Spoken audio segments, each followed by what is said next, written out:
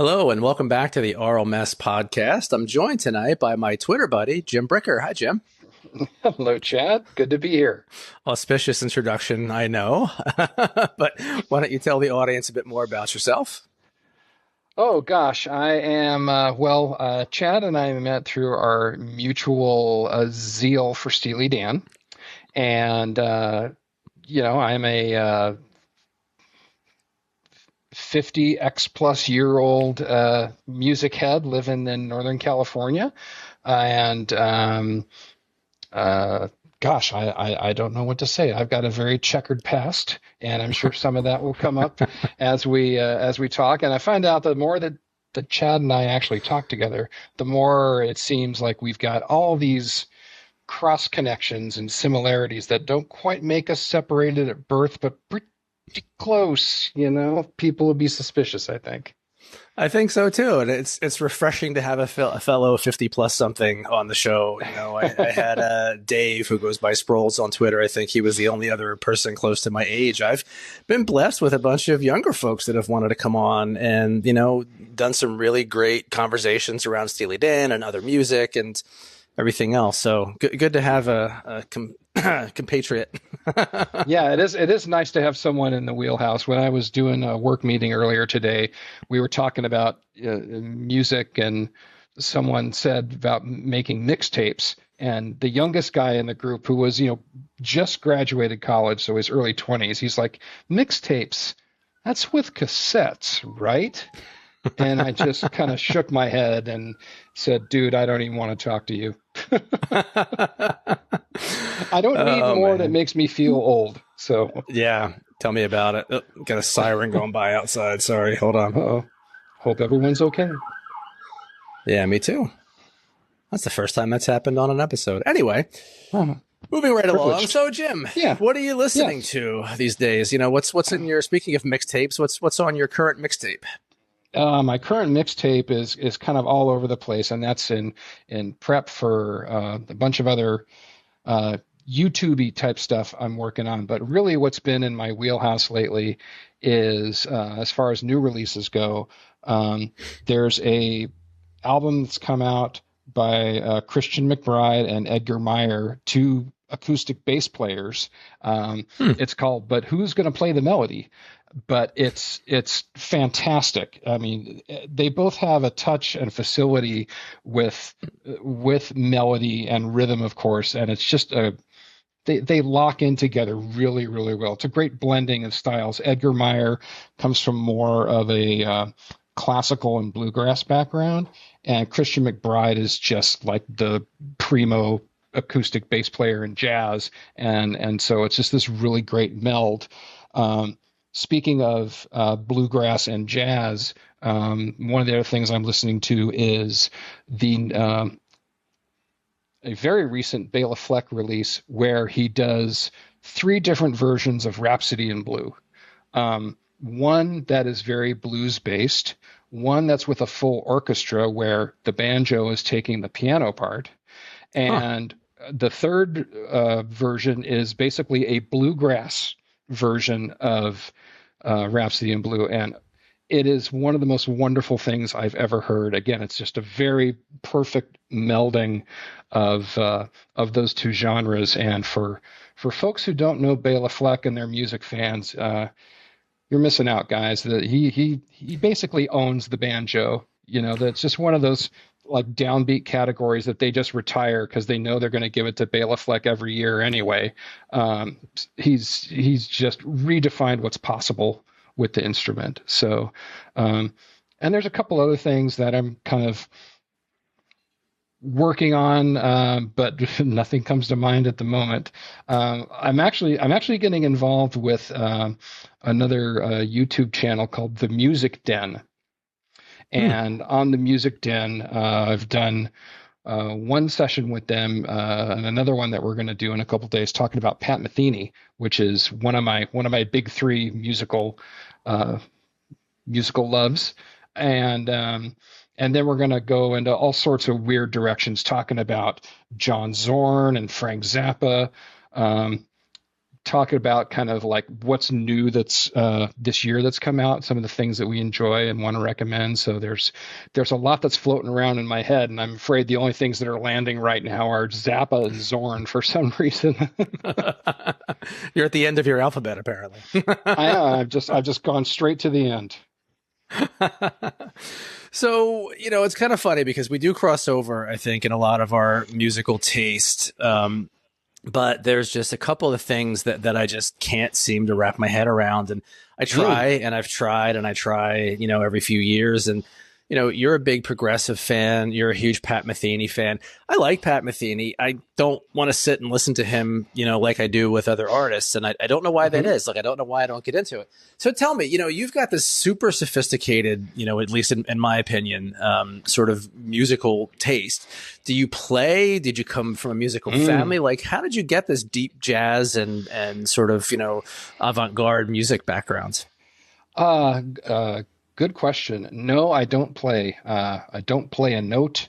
Can't read music to save my life. There are times where I would want to sort of learn to pick up an instrument, bass or piano or something, but I know that I would get immediately frustrated because if I would sit down at the piano, I would want to play what I hear, and what I hear is like Bill Evans. And I'd get frustrated that I can't achieve that. I mean, it's a completely outlandish and unreasonable goal, but that's, I kind of want to gravitate towards what I hear. And I'm just too old and impatient to kind of plunk my way along and stumble. But as far as like where all that kind of came from, my parents had the radio on a lot, had a lot of Frank Sinatra records, had, some jazz records, modern jazz quartet, things like that. But mostly, I think a lot of it sort of came from, I'll call it the golden age of AM radio, Chad, where you had songs on there that were really melodically and harmonically rich, where, you would have, the Carpenters and people wouldn't scoff at it, because there was just something just really brilliant about the way those songs were arranged and crafted, and Karen's voice, of course, even just straight pop stuff like ABBA. I mean, there's some really good stuff to it. So I think a lot of it just sort of comes from being exposed to a lot of great melody, great harmony, and that just sort of sinking in. As far as how it got weird, I'd probably have to blame that on college and just having doors being opened more. It was in college where I really started to discover my own personal connection with jazz, and that was through Miles Davis' Kind of Blue.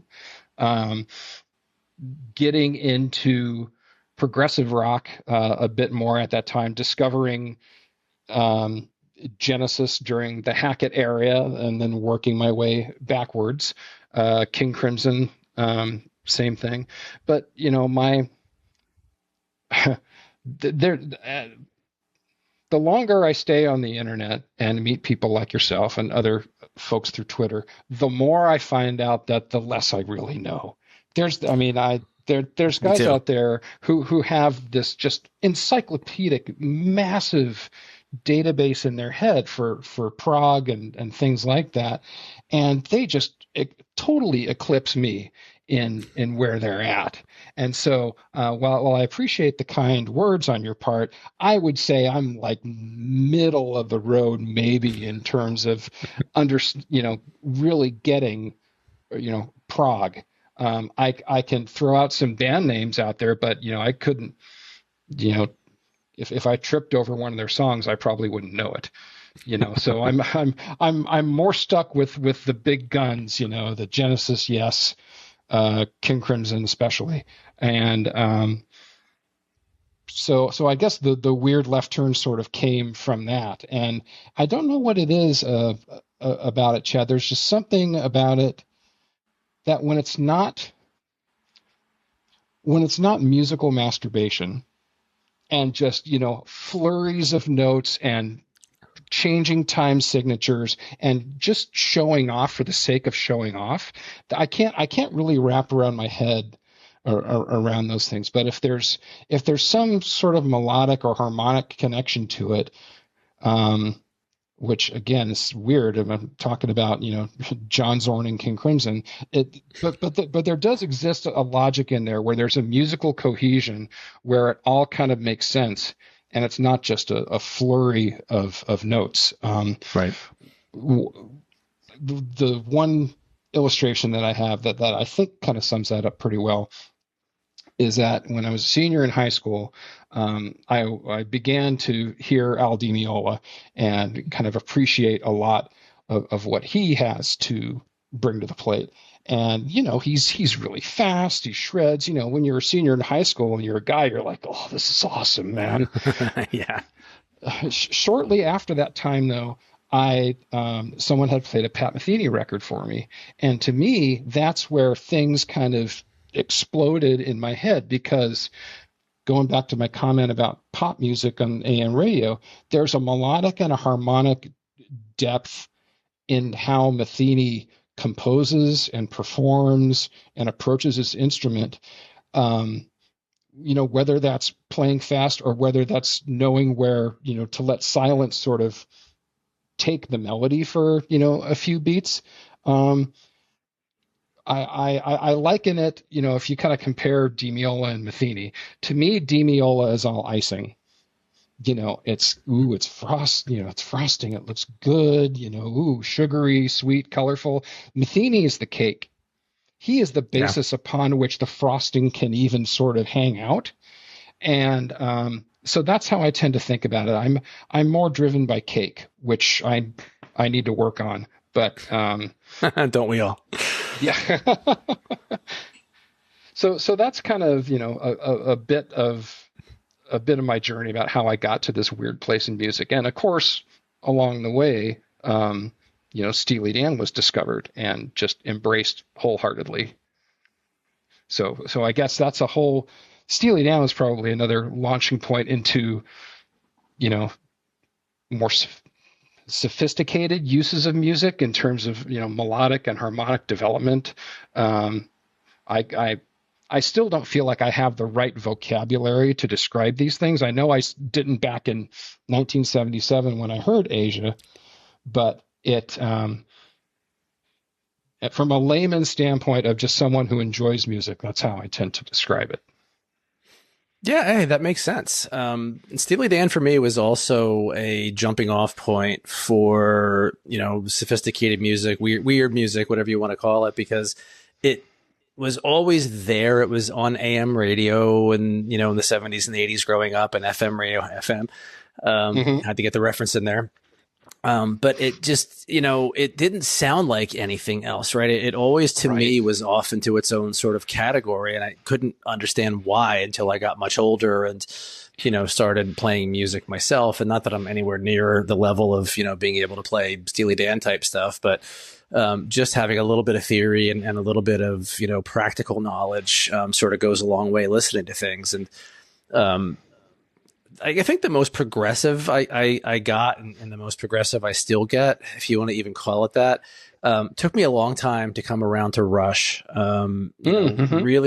Really wasn't into Rush until probably my early 20s. Was sort of the gateway for me. My first band that I was in, was friends with the bass player. He was a little bit older, and he was not so much really into super deep progressive stuff, but he was a huge Rush fan. He saw them live like 30 or 40 times, in the 70s. And just like, a total super fan. So he basically made me listen to, you will listen to 2112. Yeah, pretty much. And same thing with Pink Floyd, like, peripherally like Pink Floyd. The Wall came out, was it 1980? So, here's 8-year-old Chad, and, we're in the cafeteria at school, and they let us play records when it was, rainy outside, and we're playing We Don't Need No, teachers are glaring at us, and principals, taking the record away, right? So, typical. That was my entree into Pink Floyd. But then, growing up, getting to college, moving on, getting deeper into their music, like, wow, this is great stuff. I still wouldn't call Pink Floyd really a progressive band in the current sort of vernacular of Right. what that means necessarily, right? But Right. then when I And get over to yeah. no, please. I'm sorry. Go Oh, I ahead. was going to say, and then when I get over to like King Crimson and some of the deeper Yes albums and the early Genesis stuff, like kind of like it, but again, like I put it on, I listen, I try to appreciate it, and I'm like, okay, I did my homework. There you go. Like Yeah. it's not something I go back to, and I can't explain why, because I want it to click, and maybe when I'm 60 it'll click. I don't know, Yeah, I don't know what it is, that tipping point for some people and not another. I get what you're saying about Rush, and even certainly your friend who was in the band with you, if you saw them during the 70s, that was their prime prog period, where you got 2112 and Farewell to Kings, Hemispheres, but Rush became more and more commercial. Just like Genesis kind of became more and more commercial. I don't think you can, Yes did for a couple of albums. I don't think one could ever really make that argument about Crimson.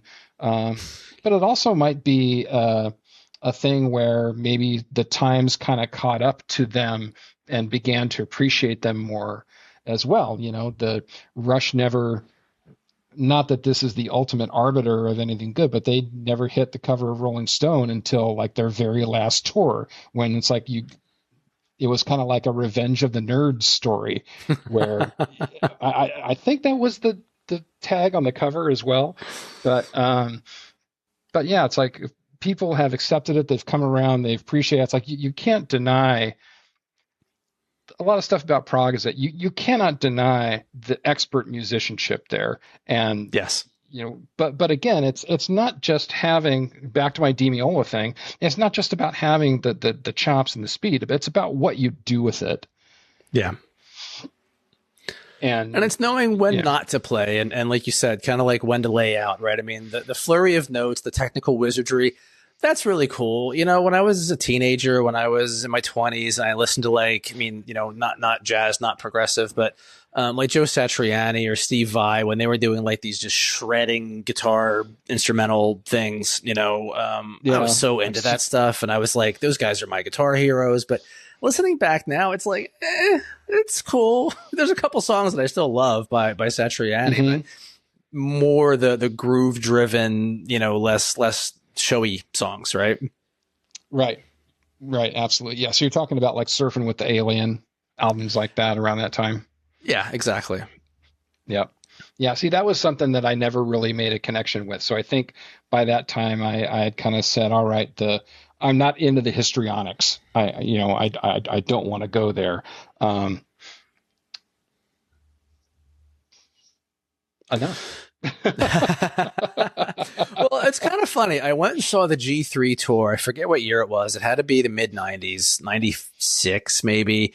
And it was the first time the three guitar players went out and did this, sort of joint tour. And it was Satriani, Vai, and Eric Johnson. Right. Okay.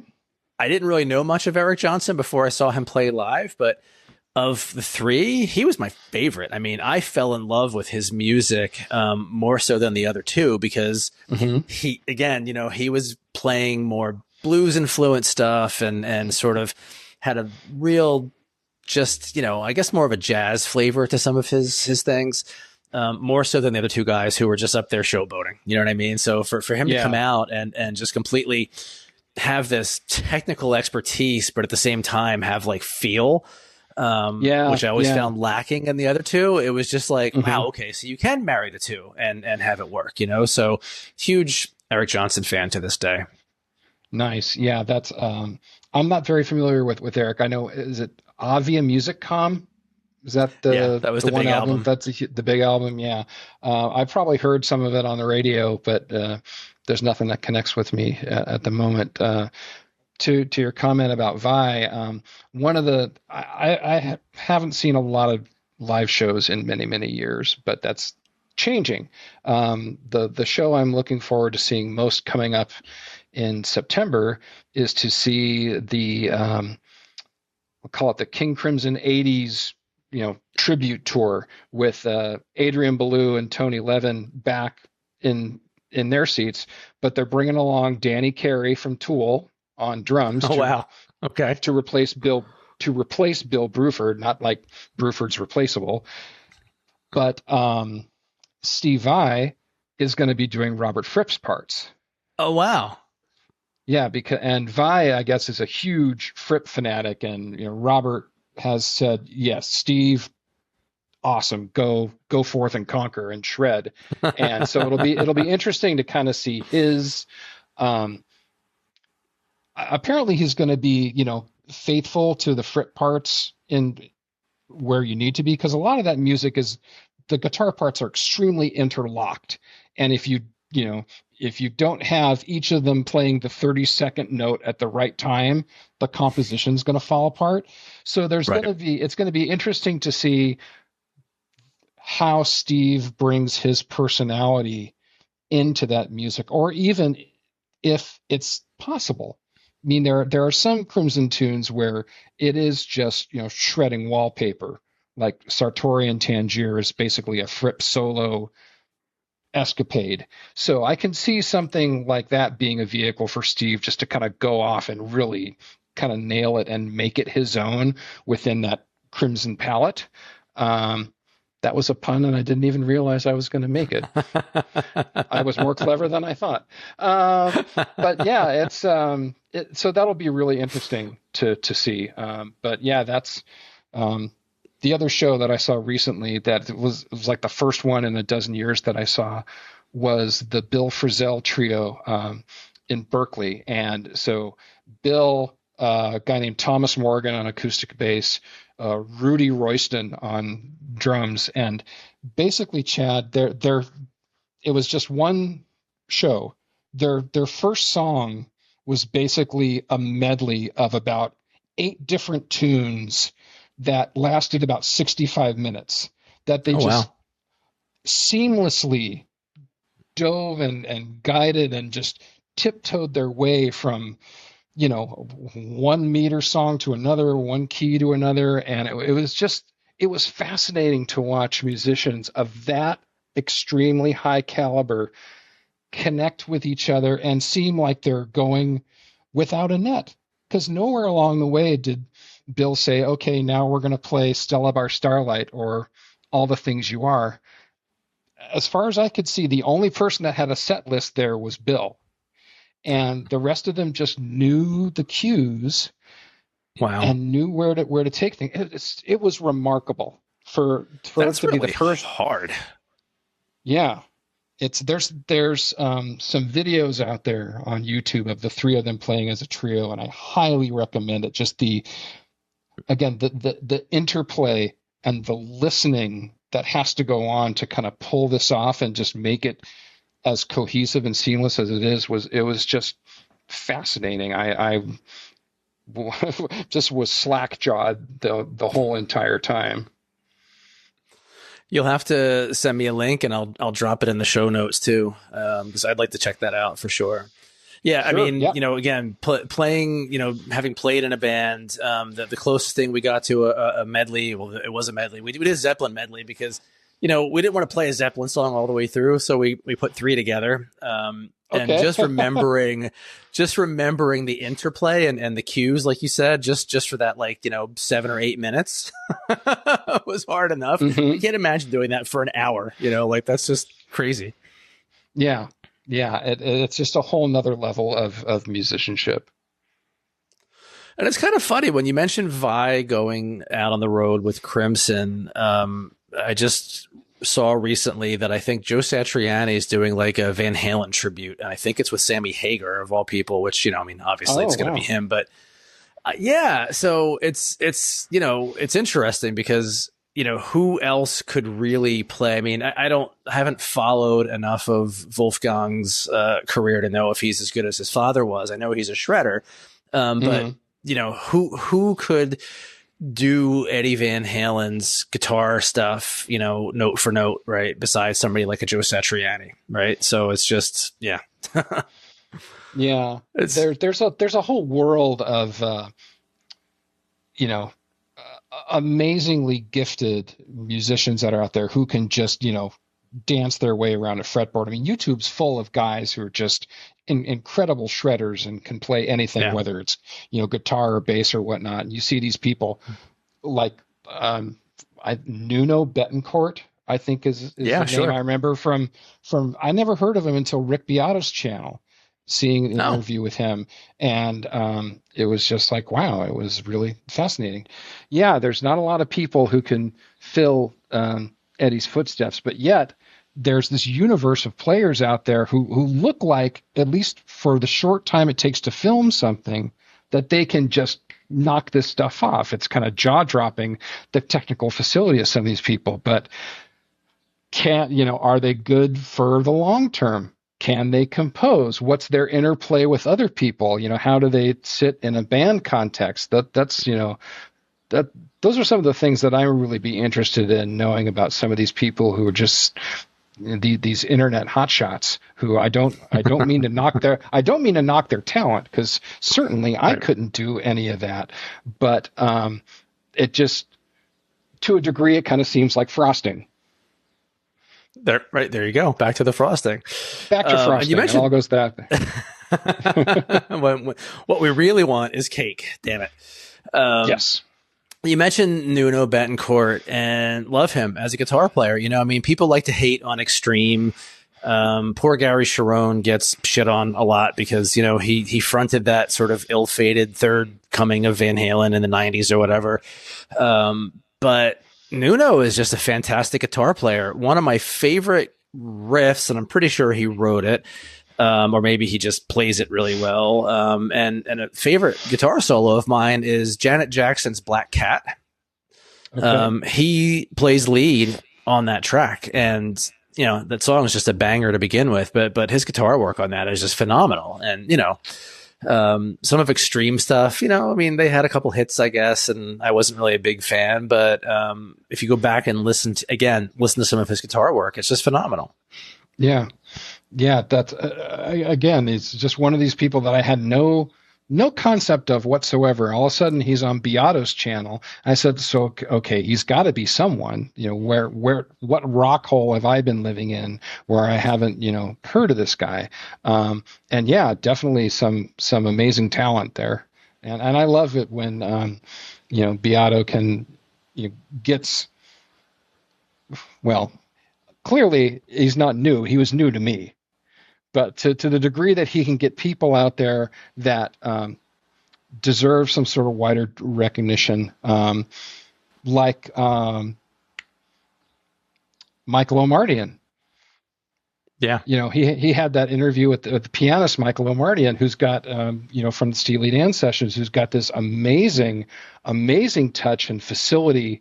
And it was great to kind of hear him play and hear his stories. And I just love it when they can get together and talk shop. And when they talk about minor triads and, Phrygian modes and whatnot, I glaze over. But, I kind of wait for the other things in the conversation that I can hook into. Yeah, that's fair. I love Beato's channel. I love that, he's really making it his mission to get as many of these, I don't want to say unsung heroes, because he's got plenty of well-known folks as well, but some of the behind-the-scenes folks that you wouldn't know necessarily, like Nuno and like Michael O'Mardian, and sort of recording their stories for posterity. None of us are getting any younger, right? And unfortunately, a lot of these guys that were in these groundbreaking bands and played on these, classic records are, hitting their 70s, 80s and beyond. And, luckily, a lot of them are really sharp and can still tell all the stories like it was yesterday. Right. So, we're kind of lucky there. Yeah, and that's I think you touched on an important part of it there, kind of the important public service.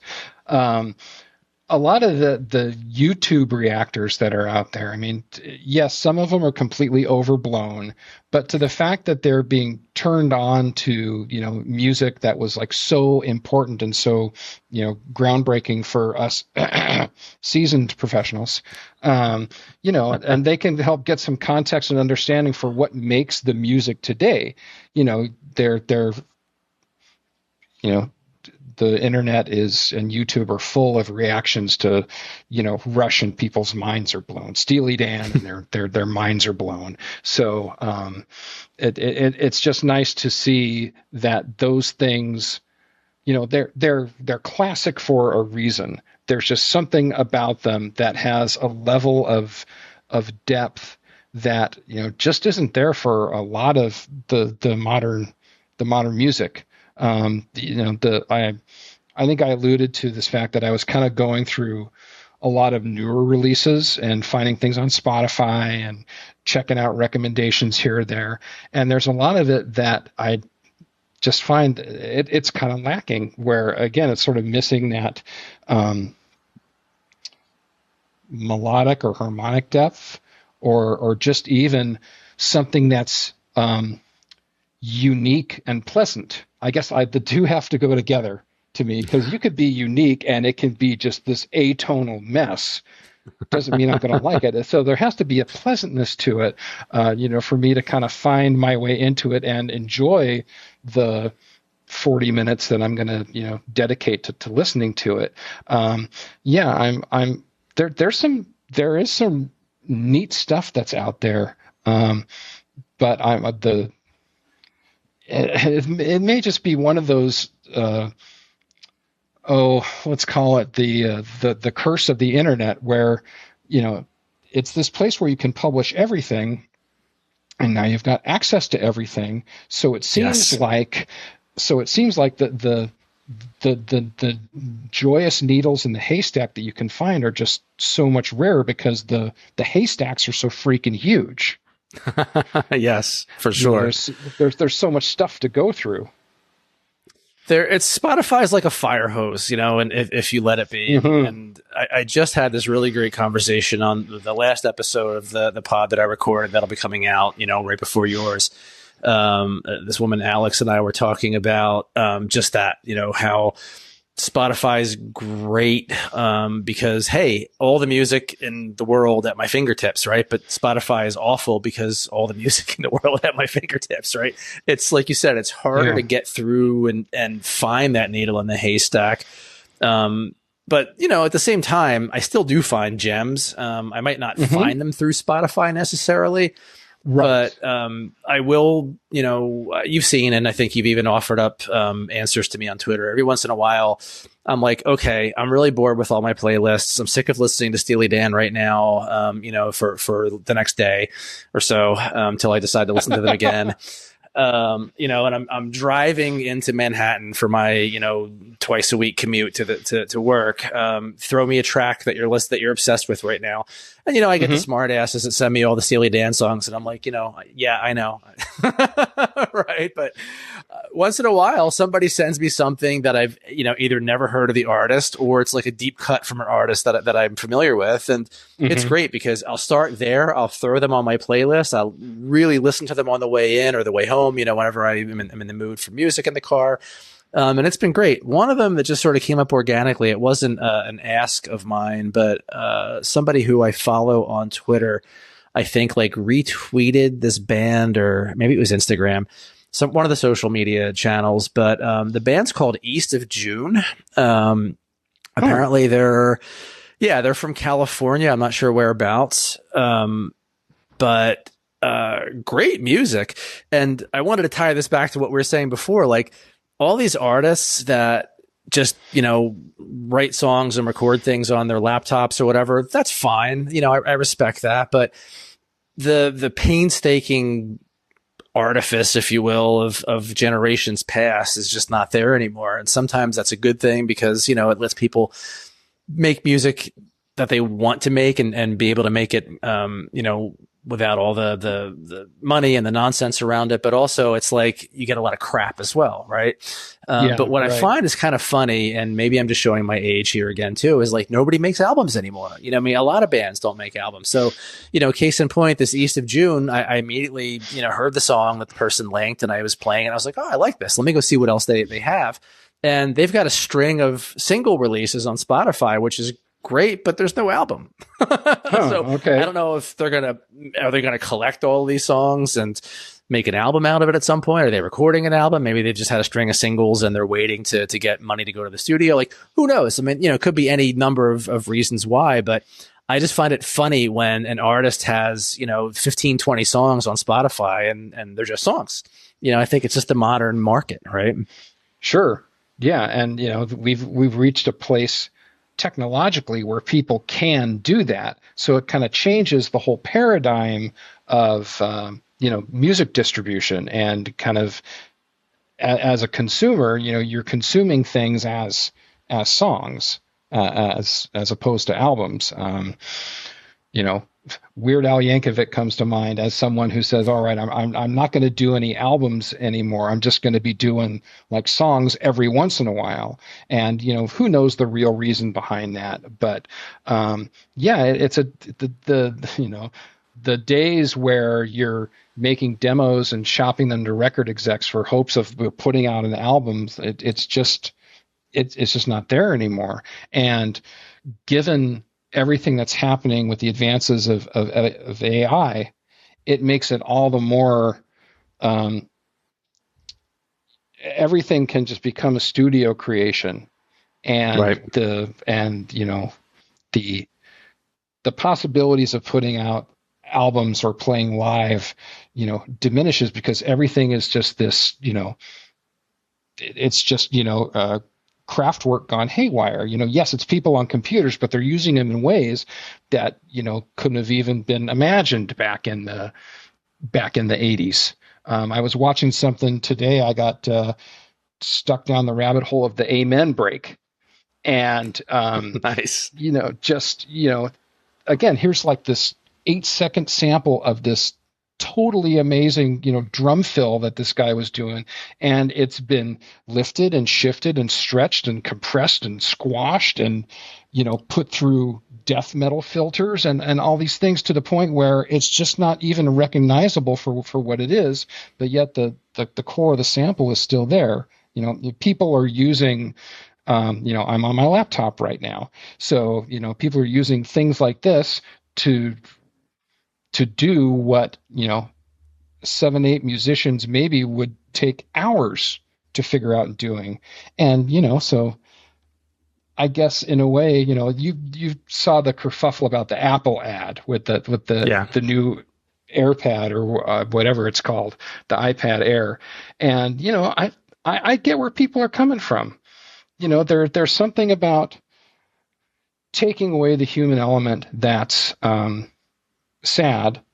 And computers are a fascinating tool, but you got to remember that they're a tool, and right. To the degree that we start using them to replace Wendell, we could, you could get into a lot of trouble. I mean, you lose something there. The quest for ease or perfection robs you of just that human element and that feel. And I walked into that bear trap, so I'll keep going. There's something about the drum work on Gaucho that just feels, a tad bit,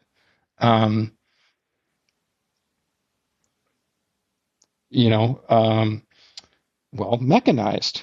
It's so perfect that it just loses that feel. It doesn't feel like Bernard Purdy. It doesn't feel right. like Rick Marotta.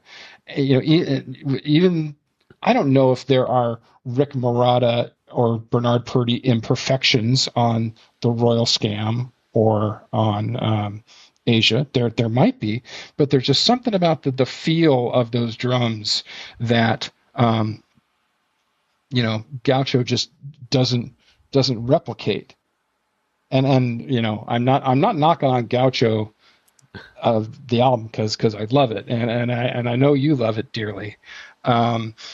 But again, it's that quest for perfection or ease that can sometimes just really sideswipe what someone's,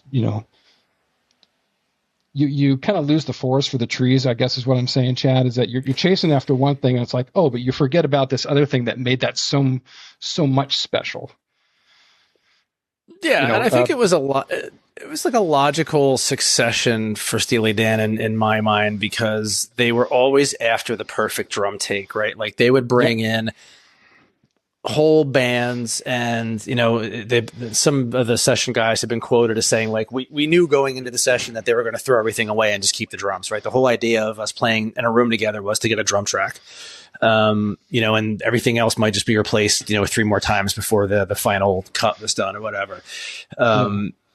And the only saving grace to me with Gaucho is that they had enough common sense to have the fills played by live drummers, right? So Wendell was the backbeat, if you will, or like the main drum part, but then the fills were organic, so it didn't lose completely, because drum machines are really bad. Right? You can't make a drum machine swing. Maybe modern ones, maybe like modern computer stuff. I mean, I don't know, I haven't played with any of that stuff in a while, but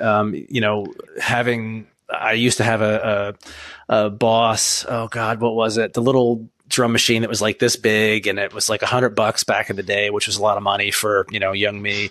But I saved up and bought one because I was trying to record demos on my 4-track, and I was just having fun, playing around with music and stuff. And there were a few times when I was programming a part for a cover song that I wanted to record, and I just couldn't figure out how to make it swing. And then it became evident that, like, you can't, these things are quantized. They're lined up to a measure, or whatever internally, and they're programming. And the only way to do it is to sort of play the little, plastic pads manually if you want to have any kind of human feel to it.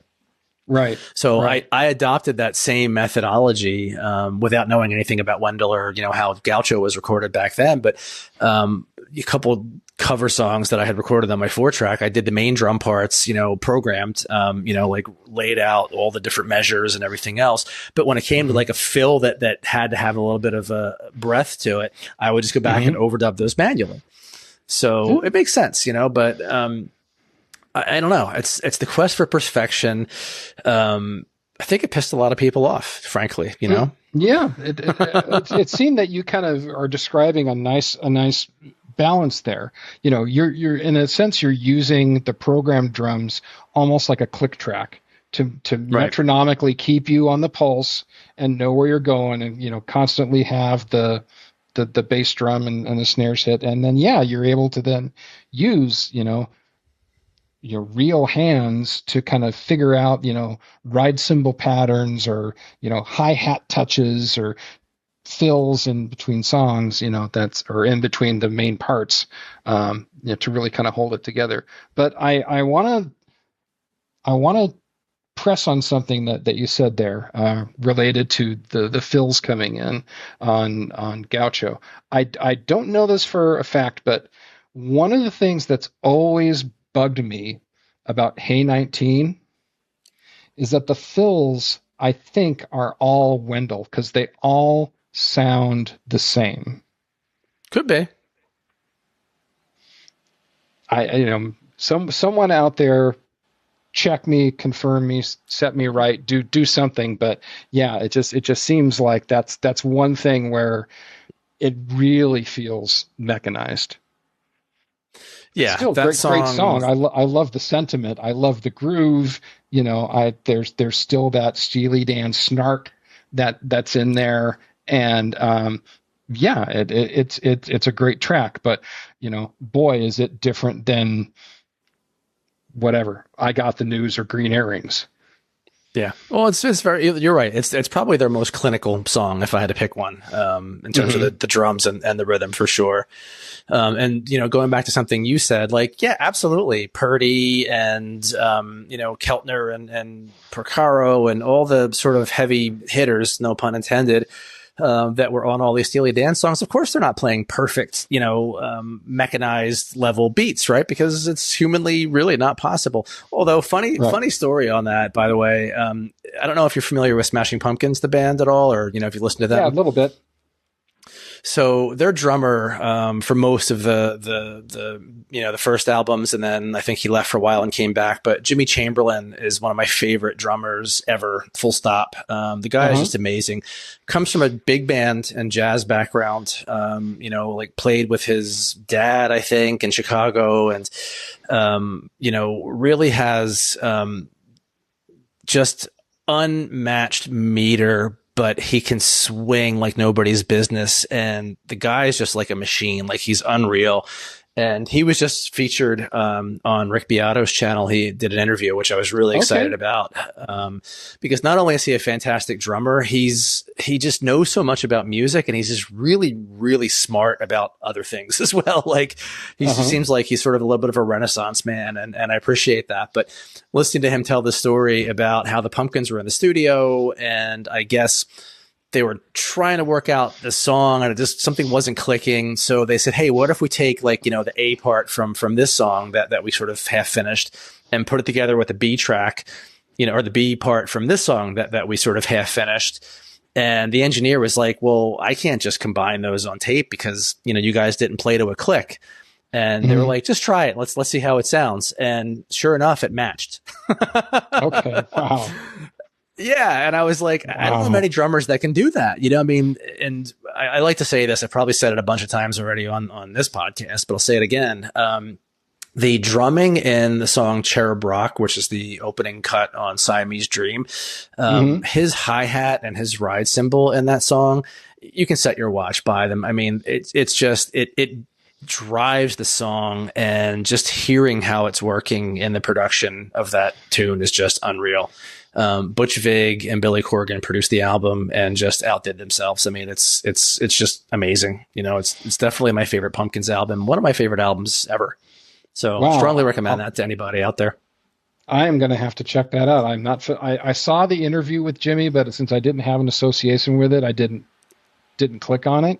I'll have to do that now, and I'll have to check out the Cherub Rock. I'm going to make another note to do that. And apparently, according to Jimmy Chamberlain, there's like this secret society of drummers. Like, they must all hang out together. Like, he knows Rick Marotta, and like he's hung out and done drum clinics with other people. I mean, like, it's like this little cabal. It's really cool. Yeah, and funny enough, I was watching a tribute video online for Neil Peart, and they had a bunch of drummers talking about him, and spent a lot of time with Stuart Copeland, and because I guess he was pretty close with Neil, and he talked about how they would hang out, and how at the memorial service, the private memorial service that happened about 2 weeks after he passed, it was just like drummers world, unparalleled. It's like every drummer that you could think of any pedigree and talent level, were there. And so, yeah, it kind of feels like, it's like, yeah, they all interact with each other. They all know each other. Neil did the album Burning with Buddy, which is his Buddy Rich tribute album. They did two of them, and each track has got different drummers on there. I'm sure it was just a case of him picking up the phone, calling these guys, because they do know and interact with each other, and so they could make this kind of thing happen. But yes, secret societies and cabals, they make me a little nervous. But if it's drummers, I'm probably okay with it. I was gonna say I'm good with drummers getting together and practicing witchcraft, if you will. So, what kind of necromancy can we do with whatever in 9/8? Exactly. I mean, guys that like to beat stuff for a living, you kind of have to question that anyway, or stay away from them. One of the two. That's likely dangerous. We could do drummer jokes, but I won't. I won't go there. Okay. There's no time. But yeah. Good one. So why don't we pivot a bit? Jim? Because I just found out something interesting about you, which is that you had written and drawn and produced a comic book years ago that ended up being a play. So if you want to dig into that a bit, I'd love to hear the story. Sure. I'll dig into that. So, one of my other big loves besides music is animation and cartooning. And when I was a kid, my drive was I wanted to be the next Charles Schultz. I wanted to have a comic strip in the newspaper. I wanted to do that kind of thing. I was just really fascinated with that kind of storytelling. And when I was in college in '83, the San Jose State newspaper, they had comic strips in there, and I'm like, they let students do comic strips? I am so there. So I kind of just went into the office and said, I want to do this. And they said, okay, show us what you got. And I did, and they published it. And so for 4 different semesters, I had a strip in the Spartan Daily at San Jose State. That led to a couple of other opportunities where I did some things that got me in trouble with some people. I did a series on fraternities, and apparently the Intra-Fraternity Council at San Jose State wrote a letter to the Daily asking for me to be censured. And the editor showed me the letter, and he just laughed at it and tore it up and said, "You're fine. Just keep doing what you're doing. It's great." The other thing that I did was based on experience I had with a bunch of other folks who were music fans. And we were all sitting around talking about Windham Hill records and how we kind of appreciated them at the time. George Winston, Mark Isham, things like that. And somehow the conversation pivoted into, what if Windham Hill started to do like death metal? What if they started to become like Suicidal Tendencies or Stormtroopers of Death and other bands like that? And so so yes, the record label name would change to Windham Hell. You would have like Gorge Windstorm, Lizzie Story, who had an axe, and just like, I think Shadow Axe was another one that we came up with, Dark Isham. So all these different gags sort of came around, and I ended up doing a 3-week strip series in the Spartan Daily about Windham Hell converting to a metal label. San Jose is close enough to Palo Alto or Stanford, which is where Windham Hill was based, so that Windham Hill actually saw these strips. And apparently they loved them. That's what I heard back channel, but I never heard from anyone. They thought that was funny. Anyway, as you want to do with college, you want to try to extend that into a career. And one of the career extension opportunities I had was this gathering of people who would like review artist portfolios. They were from different greeting card manufacturers, newspaper syndicates, people who would want to look at artwork and have a sense of stuff. And one of the things that I did was I showed my my portfolio, and actually what I did was I just took those 3 weeks of Windham Hell strips, and when I went to the syndicate tables, I passed them around, and there was one guy in particular who was really, really taken by it, and that sort of sparked a conversation, and we kept in touch, which ultimately led for me doing some comics to Disney. I did some writing for them when they had more of a comics presence in like the very late 80s and very early 90s. You remember DuckTales and all that kind of stuff. So they had like, comics that kind of supported all the Disney afternoon shows. But I digress. I realize I'm telling the story. I'm not telling the right story. Sorry. So the I kind of got into my head that I wanted to do something of like political humor. Kind of up the middle that was, skewering the right and the left. And one of the things that came to my mind was to take the movie Gremlins, which was popular at the time, and turn them into little Democrat donkeys. So they were called Demolins. And what I wanted these little creatures would go and irritate Ronald Reagan in the White House.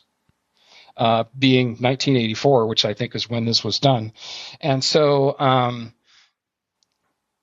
in the comic book world, of which I was also a big reader of, big, Marvel and DC stuff in the late 70s, very, very early 80s. I got into the world of comics, and there was a black and white comic book that came out around that time. It's called Cerebus. Cerebus had a backup feature in its thing where they kind of let aspiring young cartoonists or anyone, they would just give them 4 or 5 pages to kind of do their thing, sow their wild oats. And so I had this Demlins idea. I just drew it all up and put it together. I don't know how long I spent on it, but I just did the full thing, and I sent it to him, and I said, here, I think this might be a neat thing for your little backup unique stories thing. What do you think? And Denny Lubert, the publisher, wrote back and said, I agree, Dave, and I think this is great. We'll put it in. And I'm like, holy crap, that was easy. So I ended up sort of, I did another version of it to make it look better. So Denny and I, the publisher, we stayed in touch.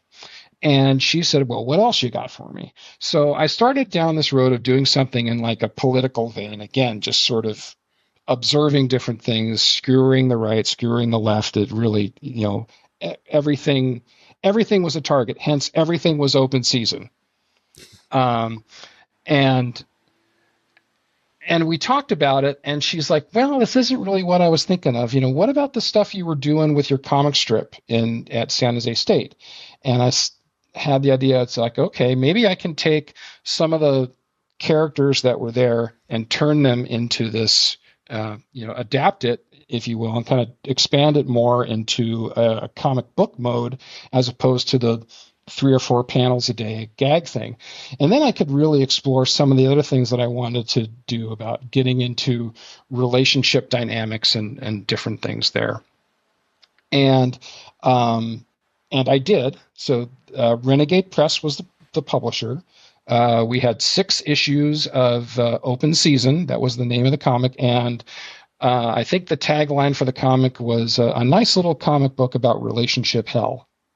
And that was what kind of stuck with it. It took me until the 3rd issue to really kind of find my feet and sort of nail down how I wanted the stories to be told and sort of for everything to sort of come into its own.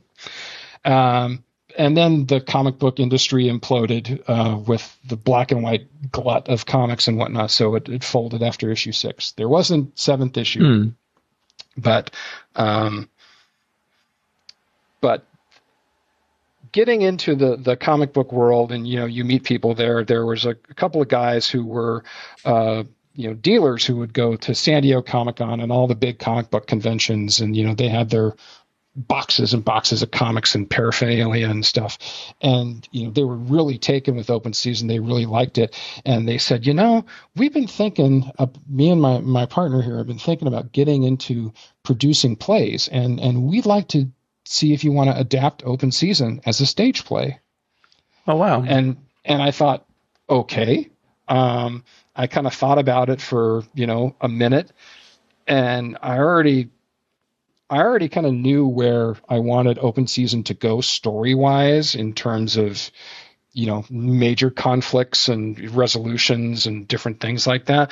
And so I said, okay, I think I can do this. I think that I can put this together. And so in early 1989, I knocked out the script and, just went through minor tweaks here and there. And then in November 1989, the play, Open Season, ran for a month in San Francisco.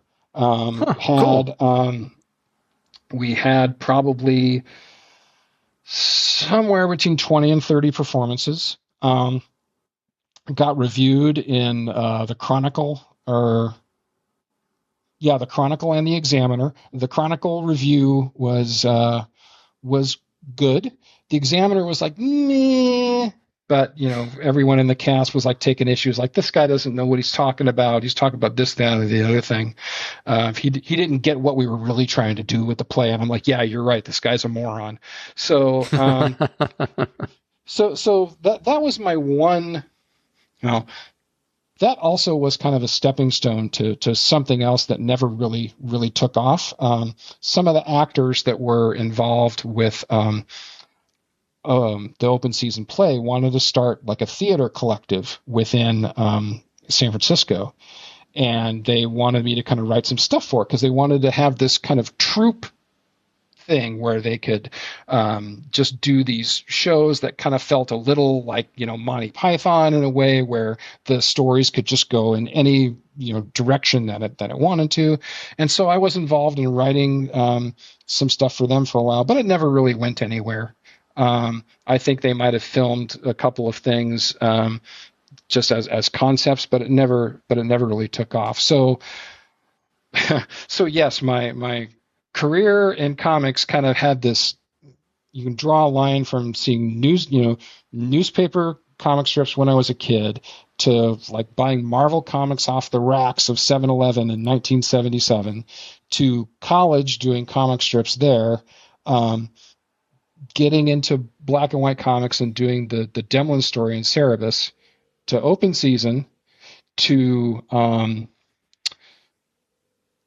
doing the stage play. And then somewhere off there's a branch of my comic strip leading me to do the meeting with the guy with the syndicate, the LA Times syndicate, who eventually went to work for Disney. And I ended up, basically working for him, writing a bunch of comics over at Disney of different characters. I think I mentioned, the DuckTales, Tailspin, Roger Rabbit. I did a Mickey Mouse story, Darkwing Duck. So there was a lot of fun in that. There were probably about 8 stories that were published for Disney. There were maybe a dozen that were done, and that ended up kind of all imploding in on itself too, which was kind of a bummer because I had like 5 different stories already lined up that I was just ready to sort of pull the trigger on and go. But they imploded, so I never wrote the story, so I never got paid, even though the story concepts got approved and all this stuff. And then I said, well, I got to get a job. So I stumbled into a temp job at Apple, and then my grand career in high tech took off from there. Wow, that's a hell of a story. Well, the Disney thing is super cool. Yeah, it was. It's this weird thing. It's, you tell people that you've worked for Disney, and they're like, "What?" And you got to be very sort of careful and say, "Well, it's not. It's this little sliver side alley thing at Disney that's working with the characters." But it was frustrating and instructive, especially on the Mickey Mouse story, because the editor said to me, I want you to be as wild and creative as you can possibly be. However, here's 19 pages of prohibitions. Right. That Mickey must never boom, boom, boom, boom, boom, boom, boom, boom, boom, boom, boom. 19 pages of this stuff. So, he wanted me to be, as wildly creative as I could, but I had this window to work within. So, it was a good exercise to kind of learn about how the real world works in terms of, marketing and brand identity and whatnot. I was too young and stupid to kind of really clue into those things fully at the time, but it's a good object lesson looking back on it. Yeah, that's a great life lesson. Maybe I should write up a 19-page treatise about what you can and can't say on my podcast. Oh my gosh. I think I already probably broke a couple of them. Thou shalt not badmouth Gaucho, That's number one. It's the number one tenet of Aural Mess. And thou shalt not badmouth Gaucho. Now, again, I like this to be as just, free form and say whatever's on your mind as possible. So this is all great. We also said we might touch a little bit, and, we're coming up on our time together here, but why don't we dig in for a few minutes about, you said that Chuck Jones and the whole Looney Tunes world was also a big inspiration. So, how did you get into that? And I guess, how did it tie into your work? And, what are some of your favorite Looney Tune things, cartoons or otherwise? Gosh, well, I'm guessing like you that Looney Tunes were discovered on either Saturday mornings on CBS or after school in reruns Yep. in your local cable channel, and so that's where I discovered them. And at some point along the way, I really learned to distinguish the better Looney Tune cartoons from the ones that were just kind of meh. And Chuck Jones, Charles M. Jones, who's this Jones guy? I really like his stuff. And I just kind of zeroed in on that and just really became enamored with how he did expressions on characters, how he paced a story, the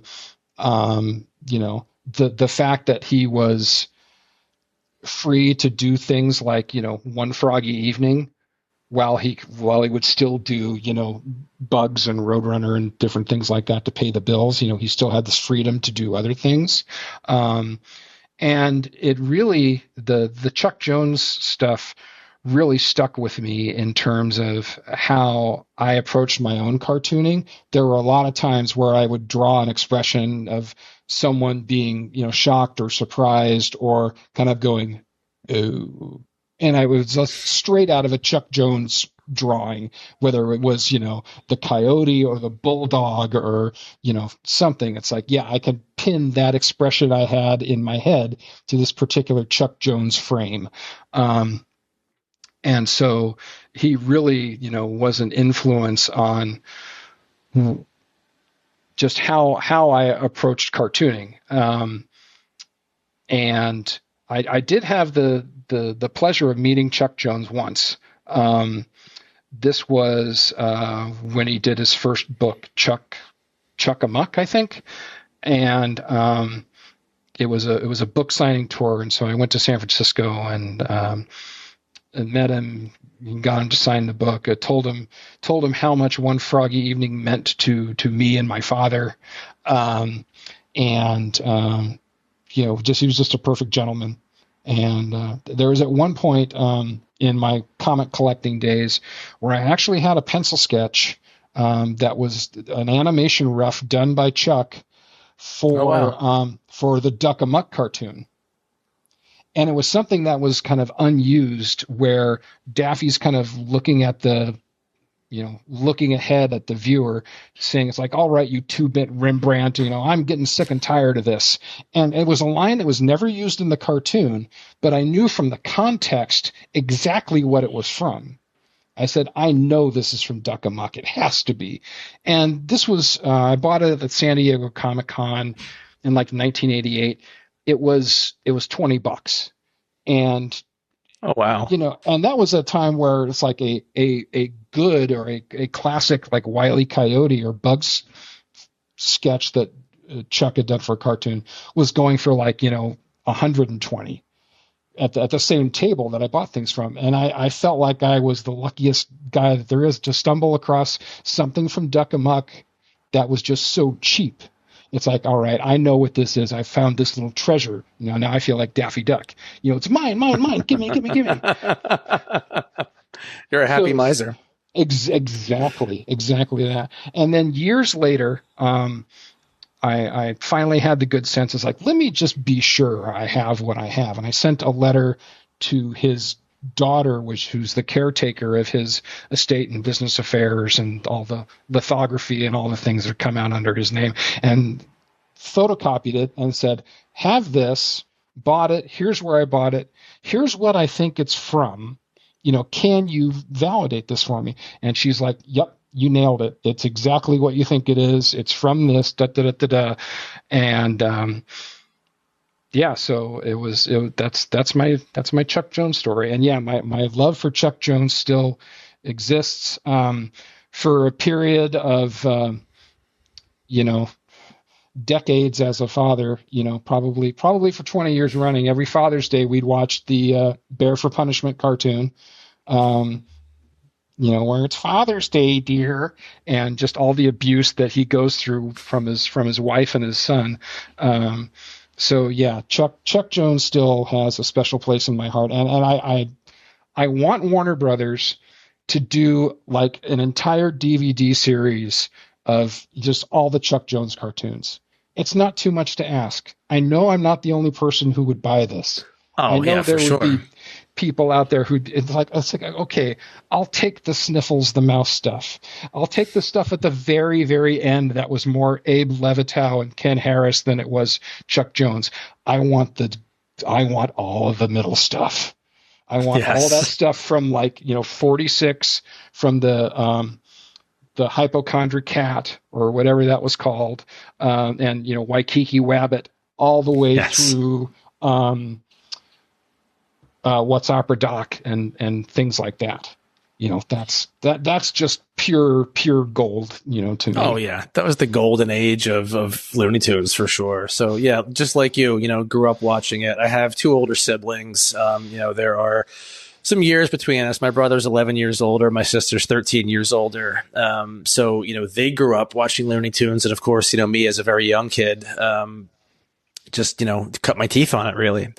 So right alongside of God, what was even popular back then, the Mr. T cartoons in the 80s and all that stuff. It was a Saturday morning was the Smurfs and that sort of stuff, but right alongside of that was always 40s and 50s Bugs Bunny cartoons coming on syndication, and I just ate that stuff up, and for the longest time, and to this day still with my brother and my sister, like we just fire off Looney Tunes-isms left and right. Yeah. I was at my going down to visit my sister in Virginia, and I think I went like a slightly circuitous way to get somewhere because I wasn't familiar with the area, and I said, I should have taken a left turn at Albuquerque, things like that just really are embedded in my everyday language. So it's funny. There's I have stories like that as well with different friends. I wish I remembered the name of the cartoon, but there's one where there's a this is probably early 40s Chuck Jones, or 44 or so, a very spoiled rich cat where he gets the butler to do whatever he wants, and he just abuses the poor butler to no end. And the butler kind of says just one day, "That's it. I've had it. I've left. You're on your own, you stupid cat." And that the cat is left alone, and that's the cartoon where you first meet Bert and Hubie. And they're are you familiar with this one? Do you know the one I'm talking about? No, I don't know Bert and Hubie. No. Oh, it's like, "Hey, Bite, come here." And it's like, "Yeah, oh, yes, yes. Okay. And so they're, the mice are abusing this poor cat now, because the cat doesn't know he doesn't know he's supposed to chase mice and do all that. And so now they're getting the cat to do their comeuppance until the cat, figures out what he is and what they are. And then it all sort of falls to pieces for there. But there's the butler in the cartoon. His name is Meadows. And the cat would always say, "Oh, Meadows, I need more food," or something like that. And then there's these, once Meadows has enough and he leaves and he goes out, you see these great series of takes where the cat is just screaming. It's like, Meadows, and these great, Ken Harris exaggerated faces. But there's one little thing where the camera draws back and you just see the cat backed up into a corner, and he's just kind of like, against the wall, just totally shell-shocked. And he just kind of goes, "Meadows," in this really squeaky little voice. And that's And in college, when I had all this stuff on VHS tape, I'd watch these things with my roommates. And then, one day I kind of used that Meadows line, like 30 years later, I used that Meadows line on one of my former roommates, and he just lost it. He just, it said it all came flooding back to him. Just all of those, great times that we had watching those cartoons. Yeah. Yeah, I just sent, so again, like prepping for this today, I was just watching, any excuse to go back and watch Bugs Bunny cartoons. So sure. I found a compilation on YouTube and it's like 34 minutes of Bugs Bunny's best bits, and it's every catchphrase and every song and every great moment and you know the sort of prime Bug stuff. So of course I immediately sent it to my sister and I was like, you need to watch this. And she's like, this is awesome. So well, yeah. So if I'm gonna send you the Bill Frisell link of the Bill Frisell trio, you have to put the link to the 34 minutes of Bugs Bunny in the description for this video too. I sure will. I absolutely will. Because now I want to see it. I'll send it to you after we hang up, but okay. I'll definitely link it in the show notes because I'm sure there are folks watching and listening, all 50 of you maybe tops at this point, that might be interested and might not know Bugs Bunny, and you really should. You know, it's such a part of the cultural zeitgeist, you know, especially for me. So and if you don't know Bugs Bunny, you might as well start at the very top. You might as well start with Chuck Jones and just realize, you know, how good you have it. For sure. Well, great, Jim. This has been awesome. I want to leave with one parting question, and I don't know if you've seen this on previous episodes, but I've been trying to ask every guest this, and I've gotten some really great answers. So, you know, given all that I know about your musical taste, and the things that you're into and the things that you like to listen to, what's something I wouldn't expect? Like, give me that one curveball song or artist, you know, and I hate the word guilty pleasure because there's no such thing with music to me. It's, you know, whatever you're into is fine. But you know, what's that one track that if you said, oh, hey, I was listening to this on repeat yesterday, I'd raise an eyebrow and be like, really? You were? What is that track? Or album? The thing that comes to mind is that I am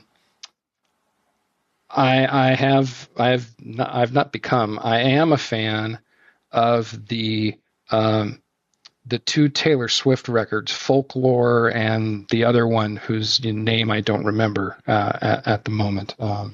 Old age, too many music things going on. I can't remember what it is right now. But those pair of records I just think are so very, very well done.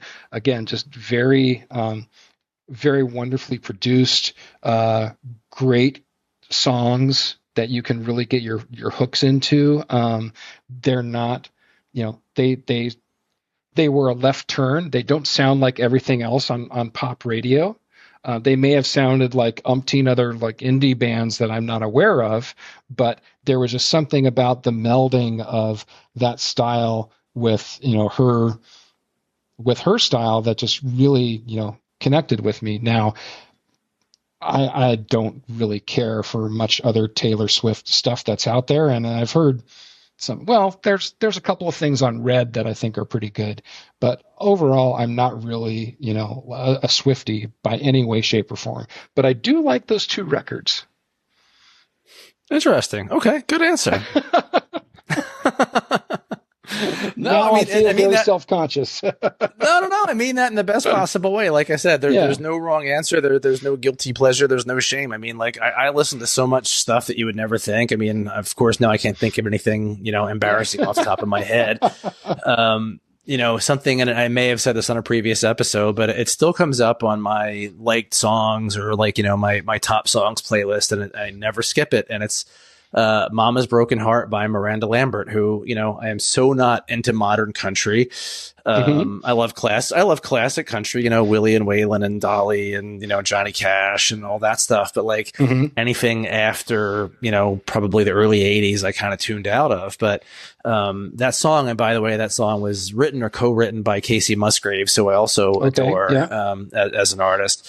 Just love it. You know, it's just a well-written song. It's got this great hook. The production's massive. The lyrics are funny. And the video is just great because, you know, who makes music videos? I mean, the song's got to be, I'm not sure what year it came out. It's a little older now, but just the fact that they've got an actual music video that has like a plot to it isn't just a band or, you know, some abstract thing, right? It's great. Yeah. So that's mine. And there's more, but I can't think of any others off the top of my head.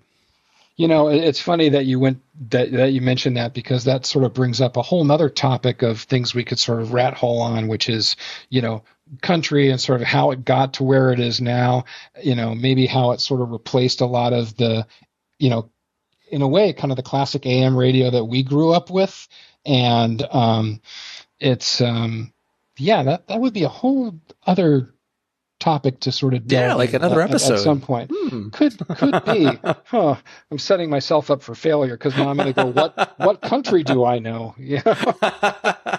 But that's the fun of this podcast, is I love learning about new things. And, again, I walk away from every episode with just a deeper understanding of something, even if it's, something I'm already familiar with, but just sort of reminding myself, okay, well, so-and-so mentioned this, I'm going to go listen to it, or I'm going to go dig deeper into this artist because, they really sold me on it. Right. So I think that's the beauty of what I'm trying to do here, is just get the stuff out into the world, and hopefully people are listening and, enjoying learning about new music. So there you go. I got now one final question for you, Mr. Sure. Sutton. Yeah. We have, I think I've shared with you about Jellyfish before, right? Yes. The band Jellyfish. Now, where have you come down on Jellyfish? Is that in your wheelhouse? Is it not quite your thing? Is it to this or to that? What do you think about it? Totally in my wheelhouse. Really like them. Just haven't. I went and listened to their whole discography when you mentioned, and I've probably peppered a few of the songs into my various playlists. I haven't listened to them in a minute, so that's something I should probably go revisit again, because I did enjoy it, and I listened all the way through, and I dug it. I think it's really good songwriting. The production's fantastic. I can't remember his name off the top of my head. Jason, who was the main guy, was he the main guy, or was he just in the band for a little bit? He was the guitarist on the first record. Andy Sturmer and Roger Manning are the principals behind Jellyfish. And I can't remember Jason's last name. We are getting old, my friend. We are getting old. He was in the Grays. He had a couple solo records. Jason Faulkner. Yeah, I really like him too. I mean, I didn't realize he wasn't as big a part as maybe I thought he was, but yeah, I dug it. Totally dug it. Yeah, good. All right, we may continue to converse then. So you passed the Gaucho test, and I passed the Jellyfish test. Good. There we go. Turnabout is fair play. Excellent. All right. Well, Jim, thank you so much. It's been a pleasure as always talking to you. I'm glad we were able to make this work. And, maybe I'll hold your feet to the fire on the country episode in the near future. We'll talk about that offline. Okay. I would be up for that. And thanks a lot, Chad. I'm really glad that we got to do this finally. Been a long time coming, and I always enjoy talking with you. Thank you so much. We'll talk to you soon. All righty. Thanks. All right. Bye.